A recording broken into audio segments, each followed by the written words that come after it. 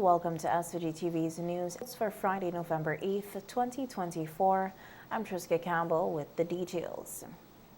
In the 72-hour weather outlook, the St. Vincent and the Grenadines Meteorological Services reports that a tropical wave is currently crossing the islands, bringing periods of rain, moderate to heavy showers, and thunderstorms across SVG this evening into tonight. The Met Services further advises that over the next few days, unstable conditions associated with troughs and tropical waves could result in continued showers and isolated thunderstorms across the region. Residents and motorists, particularly in areas prone to flash flooding and landslides or near rivers and streams, are urged to exercise caution and remain on alert. The outlook also notes that Sahara dust concentrations could create a slight haze across the area on Monday. Gentle to moderate breezes are expected, with wind speeds occasionally reaching up to 30 kilometers per hour and wind directions varying between northeast and east-southeast in some locations. Sea conditions are currently slight to moderate in open waters, with swells ranging from 1 meter to 1.2 meters to the west of the island and from 1.5 meters to 2.5 meters to the east. Swell heights are expected to gradually decrease over the weekend, ranging from 1 meter to 1.5 meters across SVG by Monday. The St. Vincent and the Grenadines Meteorological Services says it will continue to monitor developments across the Caribbean Sea and tropical Atlantic Ocean, issuing updates and advisories as necessary. The Caribbean Disaster Emergency Management Agency, SEDEMA, has raised concerns regarding the failure of communications when the region is impacted by severe weather systems. Executive Director Elizabeth Riley suggests that countries haven't yet to fully learn their lesson on communication during disasters. Riley made the comments during the Ivan Plus 20 policy dialogue held in St. Vincent and the Grenadines, which formed part of the 14th Council of Ministers meeting. She noted that several important lessons were learned from Hurricane Ivan and its impact on member states. Every time we have events in the region, the first thing that goes is the comms. We speak about the importance of the redundancy. We talk about going back to the old-time HF, VHF, and we do have to fall back on that for basic communication. So if you fast forward now to the Beryl situation, you ask the question, were we prepared? The fact of the matter was Beryl brought a different dynamic. This is the first time we saw a system of that strength that early ever in the recorded history of the Atlantic Basin. So if all of us are honest, we were not expecting it because it had never happened before. And we always say the active part of the hurricane season is when, Major General? September, October. So we prep our systems for a September-October scenario. And even from the SEDEMA perspective, we had not completed all of our preparedness actions for hurricane season. You know, and internally we had a discussion about it and we said, no, things have really shifted. We have to pull everything out by April. We have to be done. You know, so, and just one last point. I see Minister Abrams is, just one last point. Was actually related to that. It was a very unique scenario that played out in Beryl. This was the first time that we had a situation where we had single territories with multiple geographical spaces of significant impact that we had to respond to, and we had it for 2 countries. So even though we had deepened our capabilities with respect to the CARICOM Disaster Relief Unit, putting in search, support, and emergency operations centers, we had to dig really deep to make sure that we could satisfy requirements for the ask coming out of Grenada and St. Vincent. And if we're honest, Michelle, we were stretched. We were stretched. We even discussed that in the council meeting today about how we're going to deepen that type of capability and looking at different strategies for how we're going to engage the partners to have that capacity for the response. On the issue of resilience, St. Vincent and the Grenadines' Minister of Tourism, Sustainable Development and Culture, Carlos James, who was also on the panel, said that while it is critical to build capacity transfer knowledge, and have the necessary technology in place, it is so of the utmost importance for countries to prepare themselves for any eventualities, particularly when it comes to securing funds to address the immediate needs of citizens. Minister James also praised the government of SVG for its initiative in establishing a contingency fund to better respond to such emergencies.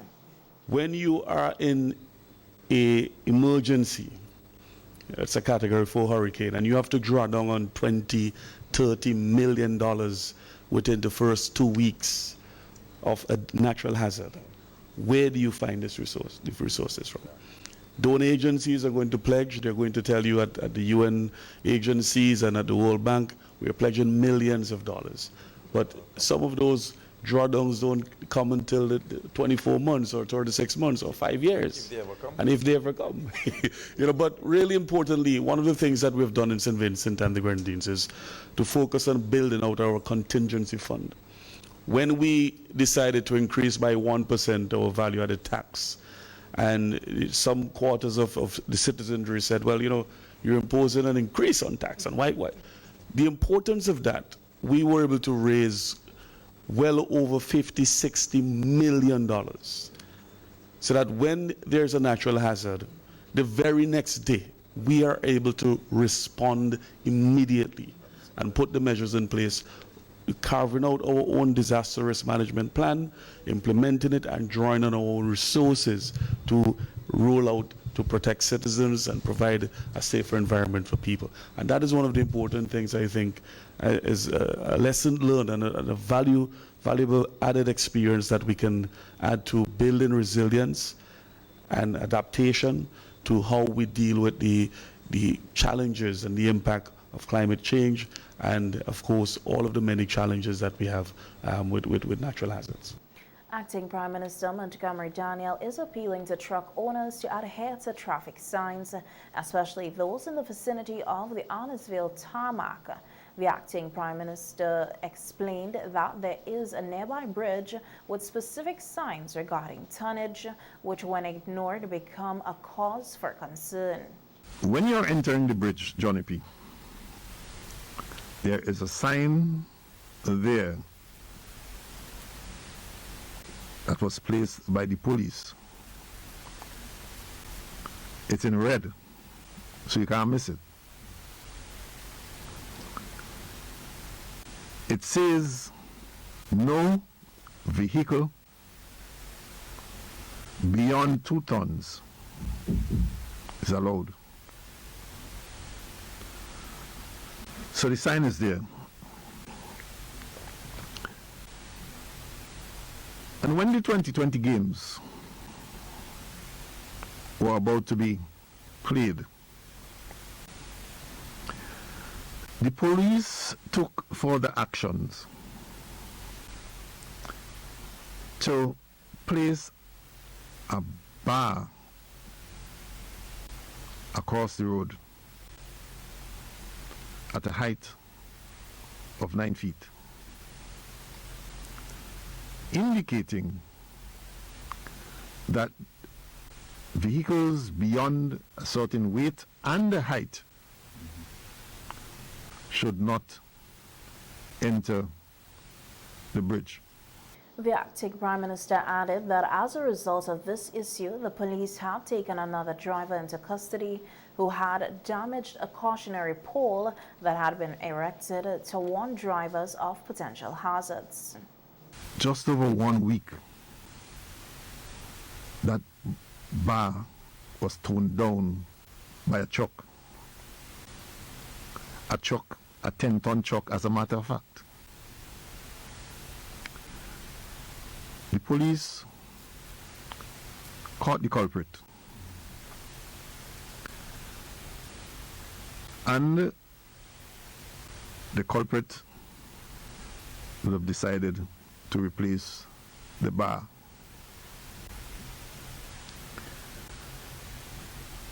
Just a few days ago, the bar was replaced. And in a matter of days, again,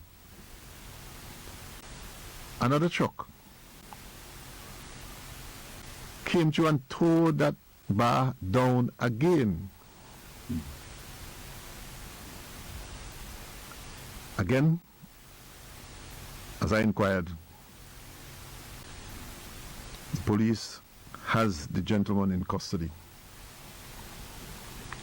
The police told me that the driver said he did not see the bar. Daniel, who is also Minister of Transport, suggested that the police will conduct an annual review of drivers' licenses to ensure that all drivers are in compliance with road safety regulations. The police needs to ensure that vision is part of the driving test for all of us on a yearly basis. But my brother, you know, when these things happen, it is of concern to all of us. And so, as the minister responsible, I'm appealing to the traveling public to take the necessary precaution for the safety of yourself and the others who use the road, because the signs are there for the use and protection of all of us as road users. In other news, the Salvation Army has launched its annual Christmas Kettle Appeal today at Heritage Square in Kingstown under the theme Giving Hope Today. Delivering greetings at the launch ceremony, Captain Wilkins said that the Salvation Army continues to play its part in assisting the less fortunate and vulnerable in SVG. He noted that since the passage of Hurricane Beryl, the organization has provided food for over 200 people and those affected in shelters. And we believe God will continue to bless the Salvation Army. And we know that the Salvation Army, St. Vincent and the Grenadines cannot move forward without your help. We need your help. We need your support. We want to encourage all of you, continue to support the Salvation Army, St. Vincent and the Grenadines, and the work will continue to move forward. And we have the Salvation Army Children's Home in Bukamet. For right now, we have 13 girls at the home, and we have the feeding program, we have the preschool and the daycare, we have a place in Calda, in Kingston, and we know that with your help, with your donation, the Salvation Army will move forward. This is the reason why from today, the kettle lounge is open. After today, we want to ask everyone all over in St. Vincent and the Grenadines, continue support the Salvation Army. With your help, we can move forward. Providing a history of the Kettle Appeal, Jasmine Dean urged the public to offer more support to the Salvation Army, which she said continues to uplift lives both in SVG and globally. Salvationists, I am grateful for the work of the Salvation Army Advisory Board, the support of the government, the banks, firms, institutions, and other organizations throughout SVG. Many of them are represented here today. Thank you very much for your support. May God continue to bless you and enlarge your territory. Today, the size and shape of the kettles may have changed, but the need has not. I dare to say it is greater. We need your help to make a change in SVG. Last, we gave out of over 600 food parcels. This year, we hope to give out more and more and to have a Christmas party for over 100 children. Throughout the year, we have provided assistance for many vulnerable persons and will continue to do so whenever and wherever necessary. For wherever there is a need, there is the Salvation Army. We need your help to do so. Please give not only your small change.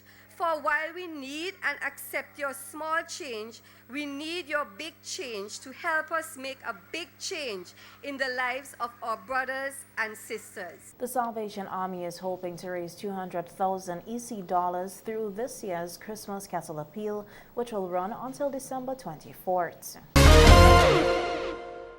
The Adelphi Secondary School, with its project dubbed Adelphi Enterprise, is one of 6 winning schools in the intra-country portion of the Regional Schools Investment Competition, which took place from October 21st to November 1st, 2024.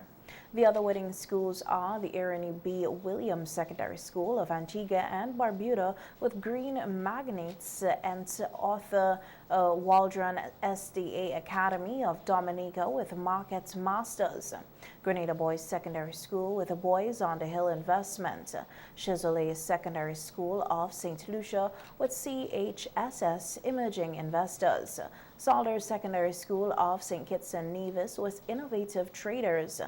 A news release from the Eastern Caribbean Securities Exchange, ECSE, said that the 6 winning schools will progress to the next phase of the competition, where they will compete for the title of regional champion. The regional phase will take place from November 11th to the 20th, 2024.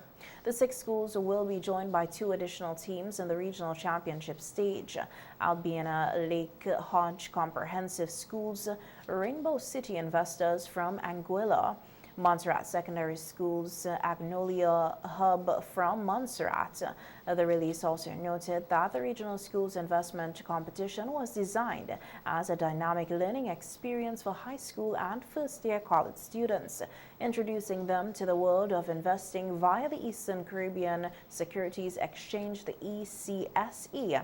The initiative, which began on September 26, 2024, with an investment education webinar, provides students with the opportunity to experience securities market activity firsthand. Participants in the competition have the chance to test their knowledge while gaining valuable insights and skills in investing. This competition is a collaborative effort between the ECSE, the Eastern Caribbean Securities Regulatory Commission, and the licensed ECSE member broker-dealer.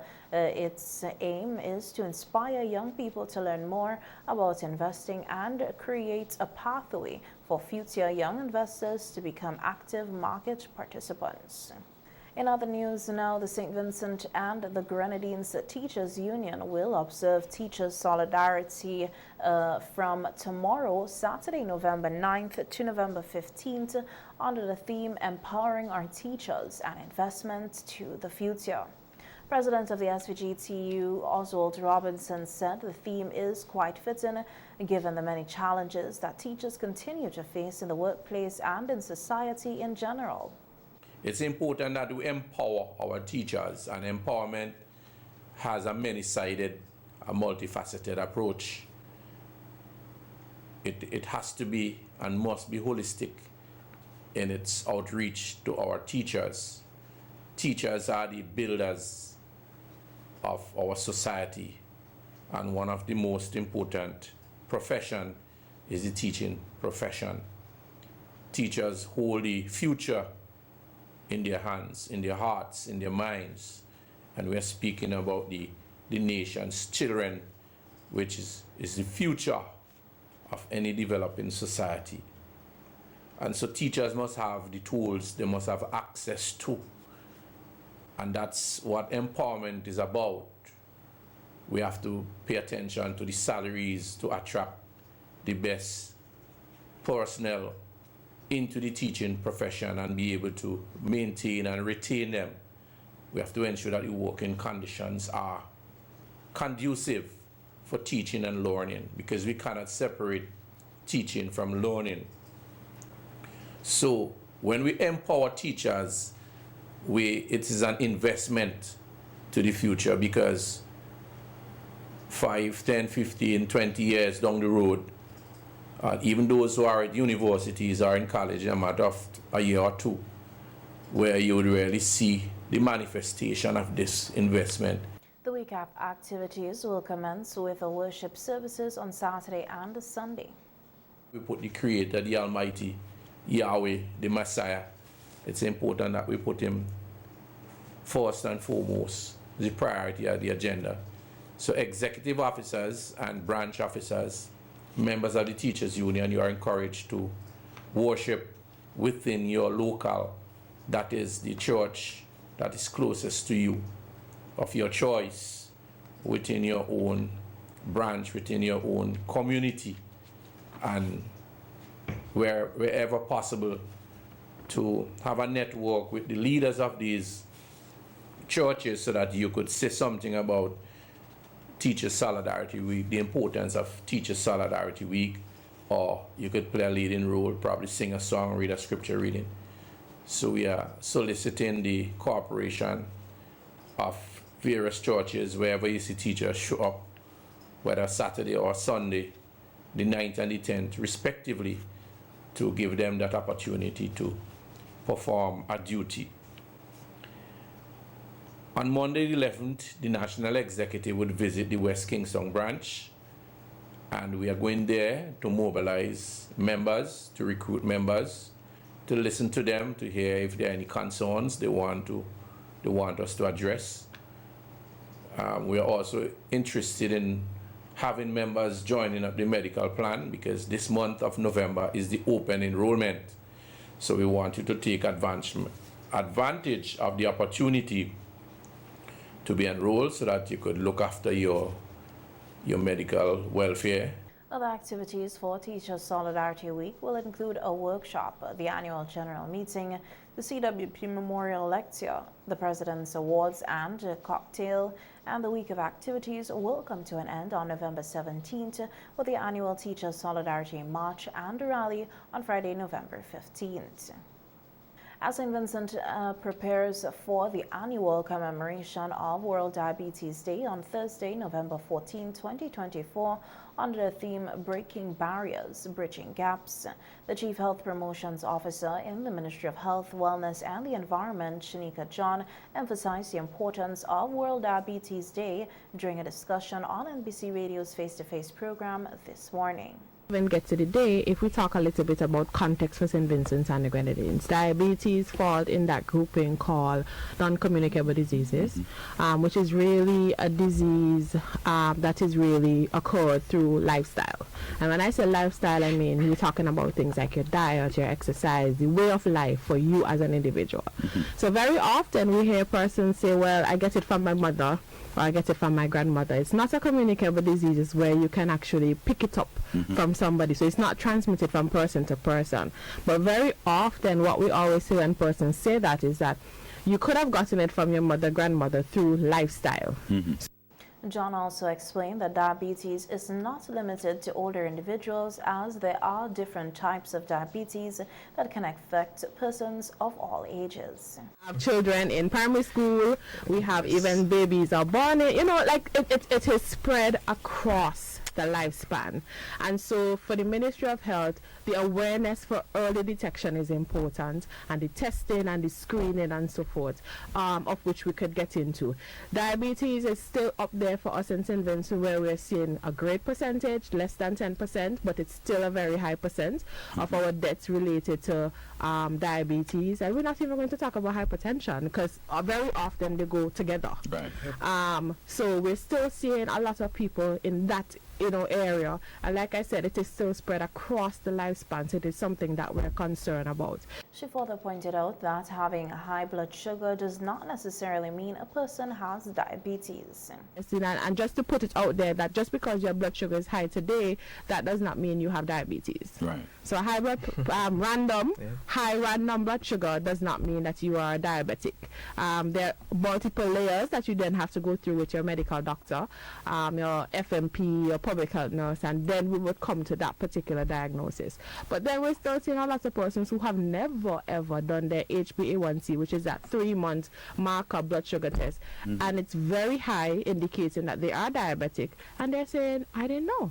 Right. So Early the detection. testing, yes, the testing is important, the screening is important, so that persons can know, and then you can take informed decisions, informed action to get the right results that you need on a daily basis. In recognition of World Diabetes Day 2024 here in SVG, the Ministry of Health, Wellness and the Environment will be partnering with the SVG Diabetes Association to host a number of activities aimed at raising awareness about diabetes. The Health Promotions Officer outlined some of the activities that will take place. Our calendar of events. I can share with you that one of those activities that we plan to do on the day is a panel discussion in collaboration with the Lions Club St. Vincent South, and we're going to talk about diabetes and well-being, and this is just going to be an information session where you can also get some information from some of the key technical personnel within the Ministry of Health and also some external persons as well. We also have a fitness walk. I know Sister spoke about the diabetic and hypertensive group, the health promotion units, the community nursing services within the Ministry of Health. We've been really working really hard to try and activate a lot of those groups and to keep them active and keep them going. And one of the groups in MESPO, they're actually going to be doing a fitness walk in their district on Thursday, and this event is also sponsored by KCCU. A pharmacist from the Chateaubriand Health District also was on the program and highlighted the days when individuals can visit various health centers to get checkups and to learn their status in relation to diabetes. It's on Mondays, that is at Spring Village. Tuesdays, Coast Hill and Rose Hall. Two different doctors, so once you go to those villages, you'll meet a doctor there. They will screen you, they will see you, get your diagnosis and your treatment. And Wednesday is Strumaca, and Thursday is Chateaubriand Health District. I forgot to mention as well that each clinic also have the, what we call them, HTN DM clinics, as the hypertension and DM clinics. That is also different from the doctor day, so they can go there and the nurses will be able to screen them. They will know their number, as Sister was saying, so you get to know their number, and also any other counseling session, encouragement, taking medication. Did you take your medication today? What are other things that you are doing, to diet and stuff like that. And once they do that and they realize, okay, this person's their number is pretty high, right, or what we would say the sugar's out of control or whatnot, then they will refer to come to see doctor, whether it's the next day or within that week. And so in that way, it still incorporate them coming or to see a DMO within the clinic, within the district, and get their treatment.